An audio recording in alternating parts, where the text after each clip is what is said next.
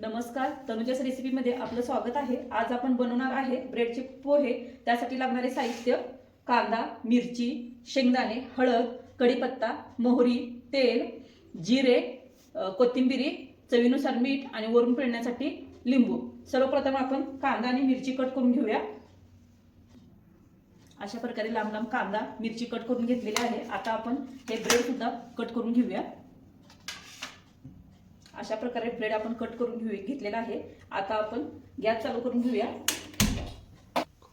कढई गरम झाली आहे, तेल ओतून घेऊया।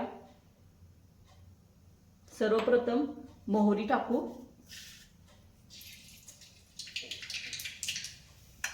मोहरी तडतडली की शेंगदाणे चांगले भाजून घेऊया।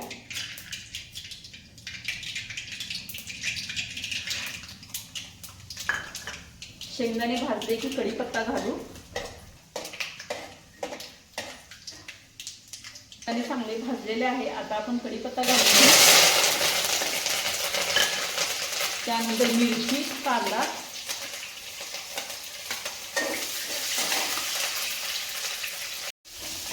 मिरची आणि कांदा चांगला भाजायला लागलेला आहे।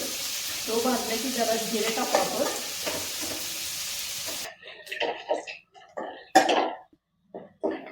कांदा आणि मिरची भाजून घेतलेली आहे, थोडेसे जिरे टाकून घेऊया।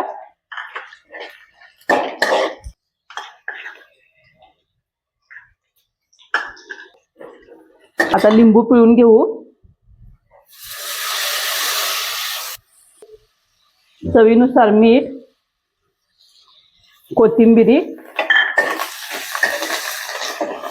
आणि नंतर ब्रेड घालू। हे सगळं परतून घेऊया।